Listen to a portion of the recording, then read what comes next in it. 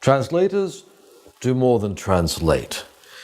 I know that, you know that, because we're translators. You don't need some smart-assed academic to come around and tell you something you know.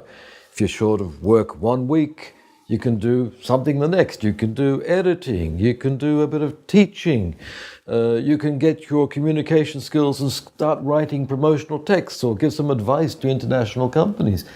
We can do a whole lot of things.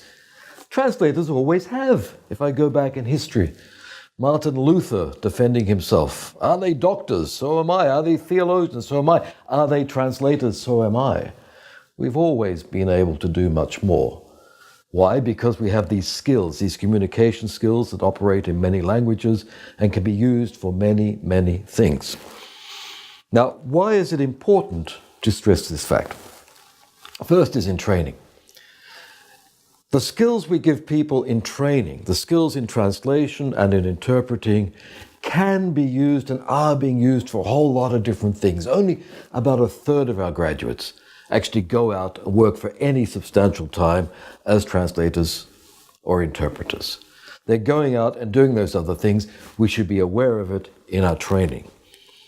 Secondly, and more important, our codes of ethics, and here I'm talking about the Australian AUSIT Code of Ethics and the Code of Ethics for the New Zealand Society of Translators and Interpreters. I happen to be in Auckland, New Zealand at the moment, and my thanks to the university for the facilities. These codes of ethics rigorously restrict a mixing of roles. When you are translating and interpreting, you do not engage in any side conversations, you don't get into any advocacy, you don't get into any advice, you don't promote any one side. Okay, that's part of what translation is. But translators do much more than translate. And I really want to suggest that our codes of ethics and our teaching and the way we describe and think about the profession have to embrace that wider sphere. Now, I think it's correct to have a narrow view of translation, as in the codes of ethics. But I think we have to know when it should be applied.